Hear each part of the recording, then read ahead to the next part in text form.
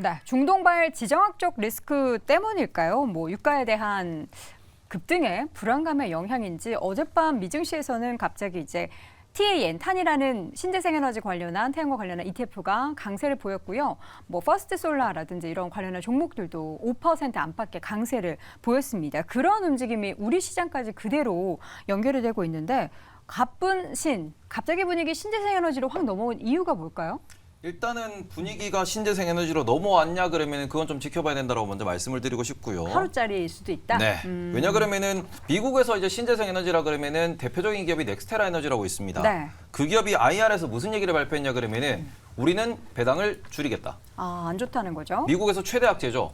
배당을 줄이겠다라는 그 근거를 들어보면은 지금은 고금리의 시기입니다. 고금리의 시기에는 우리가 비용을 차입해가지고 이걸로 투자를 해야 되는데 차입 비용이 너무 올라가기 때문에 우리는 투자를 줄일 수밖에 없다. 말 그대로 새로운 사업을 펼치는 이 속도를 줄일 수밖에 없다는 얘기를 했고요. 정부의 보조금 역시도 여전히 우리가 부채 한도 협상부터 지금 공화당과 민주당이 임시 예산안을 통과를 시킨다. 여러 가지 분야를 보시면은 핵심은 정부가 돈을 너무 많이 쓴다. 정부도 고금리의 부담을 느낀다입니다. 근데 이 부분에서 정부가 내년에 특히 미국 정부가 내년에 대선 선거가 있는데 표랑 별로 상관이 없는 신재생 에너지에 돈을 투자한다? 그건 아니죠. 재선이 되었을 때 투자를 할 수 있다는 그런 기대감이 존재하는 상황에서 넥스테라 에너지가 먼저 좀 선수를 친 겁니다. 우리 앞으로 안 좋을 것 같습니다. 그러니까 주주환원 줄이고 우리는 좀 더 긴축적인 경영을 하겠습니다라고 얘기를 했고 일주일 전이었어요. 그 이후에 신재생 에너지가 차트 다 깨고 추세 다 깨고 다 박살났습니다. 네. 근데 이 부분에서 어제 얘기가 나온 거는 유럽에서 이제 반대죠. 유럽에서 우리는 투자를 확대하겠습니다. 앞으로 신재생 에너지에 대한 의무를 늘리겠습니다. 이거를 법안으로 채택하겠습니다라는 얘기가 나온 건데 네. 큰 그림으로 볼게요. 그러면 유럽은 고금리에 영향이 없냐? 고금리에 영향이 있습니다. 이런 부분에서 목표 같은 경우에도 이게 2025년, 2030년, 2035년 큰 그림을 그려나가기 때문에 지금 상황에서 반등을 준다라고 해서 이게 저가 매수를 하겠다 그러면은 마찬가지로 2030년을 보고 접근하겠다라는 전략이 필요한 겁니다. 네. 그렇기 때문에 이게 대규모 자본이 필요한 이러한 하드웨어적 투자는 고금리 시대에는 조금 보수적으로 보시는 게 맞다. 그래서 우리나라도 물론 많이 떨어졌기 때문에 저가 매수로 접근하시는 거는 유효한 전략이 될 수 있겠으나 네. 이 부분에서 아주 공격적으로 꿈을 갖고 들어가시기에는 여전히 좀 제약을 받는 사항이 많다. 이렇게 정리하시면 될 것 같습니다. 네.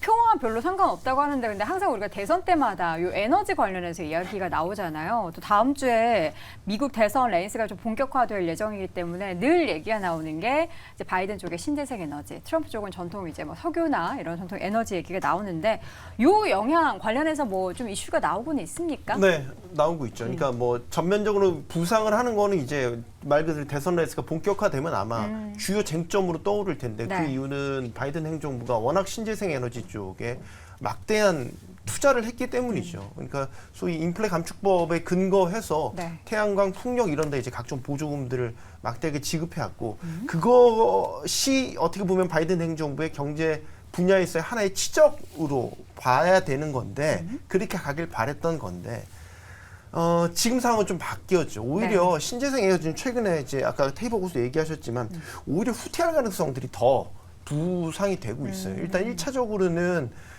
다시 한번 트럼프 행정부가 재집권할 가능성이 커졌다라는 점. 바이든이요? 아니요. 트럼프가요? 트럼프 들어주세요. 트럼프 행정부가 다시 재집권할 가능성이 커졌다라는 네, 재집권. 점. 일단은 공화당 내에서 경쟁자가 없이 거의 단독 후보로 추대될 정도의 막강한 지지율을 받고 있는 가운데 진짜요? 바이든과의 양자 대결에서도 오차범위 밖에 이기는 것으로 최근에 여론조사 결과가 나오면서 네. 어쨌든 신재생 에너지가 가장 먼저 1차적인 타격을 받게 될 것이다. 관련해서 트럼프 대통령이 최근 한 집회에서 이런 연설도 했죠. 해상 풍력 터빈 때문에 고래가 미친다. 고래가 죽는다. 아, 또 고래 또 건드리면은 또 우리 개인들은 또 귀여운 네. 고래 때문에 마음 아프죠. 근데 그거에 포인트를 두실 게 아니라 해상 풍력에 포인트를 두셔야죠. 그럼 해상풍력 못 해야죠. 아, 우리 고래 소중해 이러면서. 네. 근데 거기에 대한 보조금을 대대적으로 축소할 가능성을 내비친 것이고 네.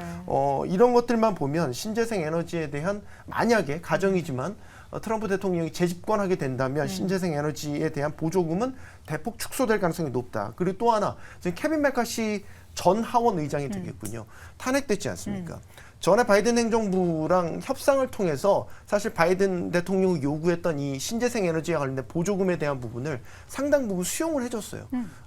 그런데 이제 케빈 메카시가 탄핵이 됐고 더 공화당스러운 강경파 인물이 등장할 가능성이 지금 높죠. 이렇게 되면은 앞으로의 내년도 예산안에 있어서도 그런 부분들을 다 깎으려고 들 가능성이 높습니다.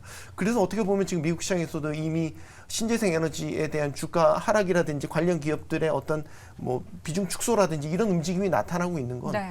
정치권에서 이미 다 움직임이 일어나고 있고 지금 상황에서도 어쨌든 보조금에 좌지우지 될 수밖에 없는 영역이기 때문에 그런 관점에서 신재생 에너지를 보셔야 되지 않을까 싶습니다. 근데 이 킬러라는 트럼프의 부상이 지금 이렇게 에너지가 큰데 신재생 에너지가 오르는 거는 의미가 없는 거네요, 그러면? 그냥 하루짜리 상승이라고 봐야 그렇죠. 되는. 하루짜리 상승이라고 봐야 될 것 같고 지금 아까 유럽 얘기하셨는데 저는 오히려 지금 그 좀 찾아보니까 그 올라프 숄츠 독일 총리랑 이 마크롱 프랑스 대통령이 만났더라고요. 그래서 지금 유럽연합 전력 시장 그 쟁점 중에 하나가 원전 보조금을 둘러싼 이견인데 여기에 보조금을 줄지 안 줄지도 사실 유럽연합이 신재생 에너지 분야에서 전체 보조금의 파이를 나눠야 될 상황이잖아요. 네. 프랑스의 뜻대로 원전 보조금도 동일하게 주게 되면 그만큼 신재생 에너지 돌아가는 비중은 적어질 것이고 네. 독일의 의견대로 만약에 원전을 배제하게 된다면 또 달라질 것이고 그러니까 아직은 정치적으로도 불확실성이 너무나 큰 상황이다. 그래서 신재생 에너지에 가타부타 섣불리 나서기에는 참 이른 시점이 아닌가 네. 싶습니다. 우리 임순재 교수님은 어떻게 보십니까?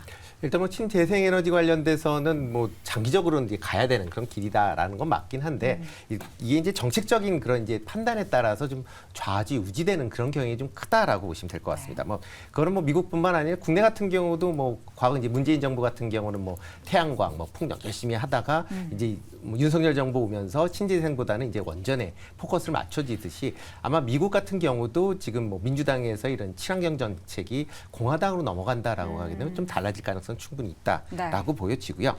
그렇지만 뭐 장기적인 추세 흐름 자체로는 아마 신재생이 점진적으로 가긴 할 겁니다. 그러니까 다만 그 진행 속도가 이전보다는 상당 부분 좀 늦어질 거에 대한 이제 불안감이 계속 이제 투자자 입장에는 있을 수밖에 없고요. 그렇기 때문에 오늘 상승세가 연속성을 갖느냐 여부는 조금 더 지켜보셔야 되지 않을까 싶습니다. 아, 근데 저는 트럼프가 재집권한다는 게 참 바이든 좀 제대로 하지. 예, 참 신기합니다. 트럼프가 다시 대통령이 된다니. 지금 막 뭐 법적 분쟁도 막 있고 그러잖아요. 그럼에도 불구하고 정치 문화가 다르죠. 개의치 않잖아요. 공화당 예. 지지자들은 정말. 트럼프에 대한 지지를 철회하지 않으니까. 대단합니다. 제가 뭐 이렇게 뭐 정적인 성향 뭐 이런 거 전혀 없고 전 바이든이든 트럼프든 뭐 상관은 없는데 참 신기한 게 또 미국 정치인 것 같습니다. 이재우 교수님은 신재생 에너지 쪽 오늘의 반짝 상승이 단발적으로 그칠 거라고 보십니까?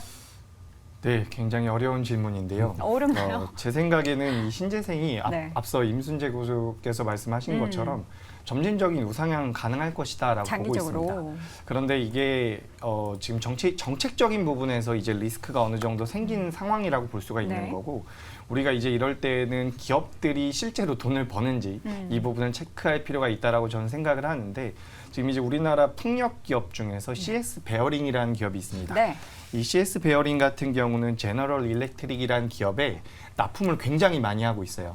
근데 거의 이 제너럴 일렉트릭 쪽으로 납품을 하고 있는 상황인데 이 제너럴 일렉트릭이 미국 시장에서 굉장히 큰 외형 성장이 예상이 되고 있는 상황입니다. 네. 그렇기 때문에 CS 베어링 같은 경우도 실적적인 부분에서 메리트가 좀 생길 수 있다라는 부분 그리고 전 세계적으로 이제 큰 풍력 업체가 3개 정도가 있습니다. 방금 말씀드렸었던 제너럴 일렉트릭이랑 뭐 베스타스 그리고 지메스 이런 기업들이 있는데 이 CS 베어링 같은 경우는 제너럴 일렉트릭 쪽에 매출이 전부 다 몰려가던 상황에서 앞서 말씀드렸었던 그 3사에 모두 다 납품을 하기 시작을 한다라고 하니까 네. 이런 부분들이 기업 자체에 대한 호재로는 작용할 가능성이 있다라고 보고 있습니다. 네, 개별 기업 중에서는 이러한 모멘텀이 있는 기업은 사실 좀 지켜볼 만한 것도 있는 것 같아요.